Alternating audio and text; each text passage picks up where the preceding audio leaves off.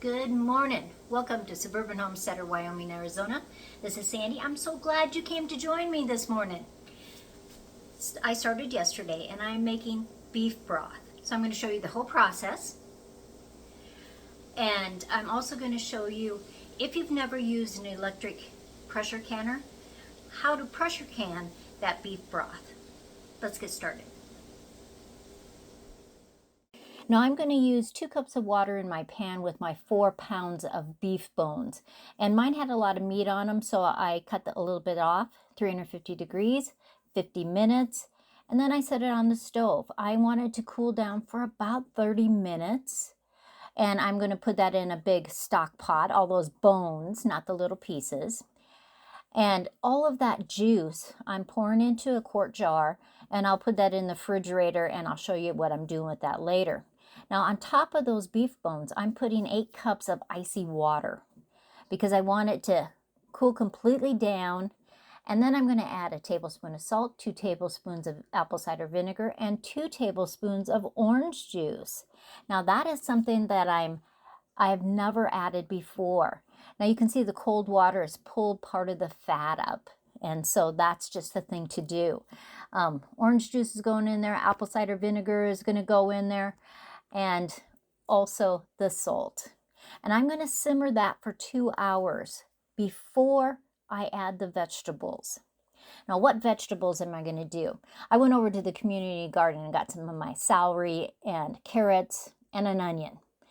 And I'll have all the directions in the description below too. It's going to simmer 2 more hours now. Now, after these 4 hours, I'm going to strain it out. So I have a pot underneath. I'm just straining everything out. Now, I am not going to waste anything. Not the meat bones, not the vegetables. So first of all, I'm going to take, there you can see the broth underneath there. Yummy. I'm going to take those beef bones out and put them on a cookie sheet. Actually, the same cookie sheet that I used before. And I'm going to put some barbecue sauce on them, put them back in the oven for about 30 minutes. And that will be our supper tomorrow night. So I have them on there, any kind of barbecue sauce you want. I'm just going to put on it. It's not a lot of meat that's on there, but it's enough for Joe to have a nice little rib supper. And in the oven it's going to go 350 degrees for 30 minutes. Now all these vegetables I'm going to heat up tomorrow night for supper. I'm going to pour the broth into 2 quart jars. You should have close to a half a gallon of broth by the time that you're done. And so those are going to go in the refrigerator. But before that, I'm actually going to bloom some gelatin, 2 tablespoons in a half a cup of cool water. And see how it starts to get thick? I'm actually going to add that to the 2 different quarts.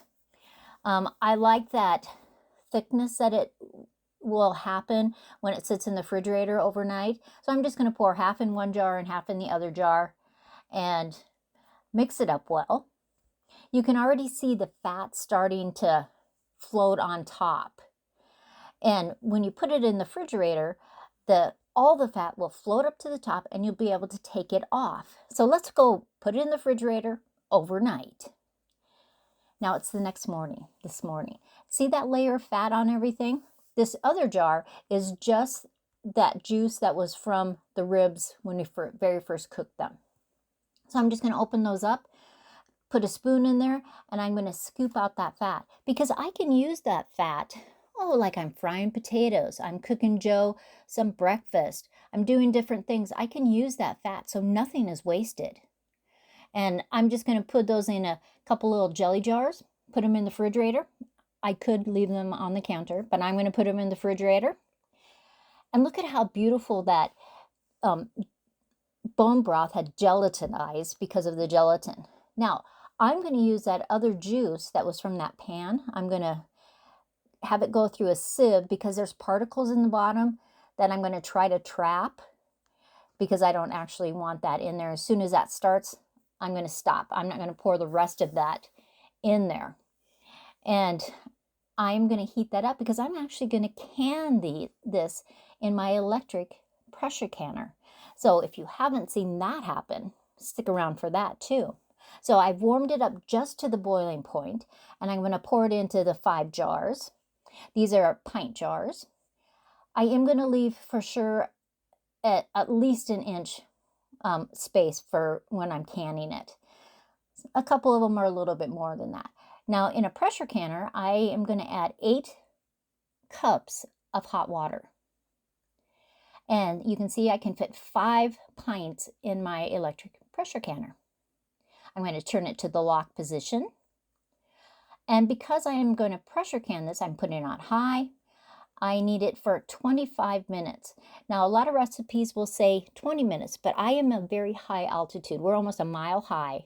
And so I have to do mine a little bit different. And that is why I'm using the green top, the 15 pounds of pressure versus the 10 pounds of pressure, because our altitude. Now, when it gets to the right temperature and pressure in there, it says E10. Then it says E9, 8, 7, 6, 5, 4, 3, till it gets to 0. I'm going to flip that over so it's an airlock. And it's going to take a little bit of time. It's going to have some scrolling that's going to go around. And then it will be ready, and it will start the 25-minute countdown. Now, after that has finished the whole thing, it has cooled down, I can open it up. And I can take my beef broth right out. Now, it will be boiling for a while. If you've ever pressure canned, you know how hot things can get, and it can still boil on the counter. Now, I know beef broth takes a lot of time, but the benefits, the health benefits are so fabulous for you. And it can just really stimulate all of your body. So I hope that you try to make some beef broth. I've also made a lot of chicken broth, but I think beef broth is probably my favorite. This is Sandi again, Suburban Homesteader, Wyoming, Arizona. I hope you try it. The recipe will also be below in the description. Have a great day.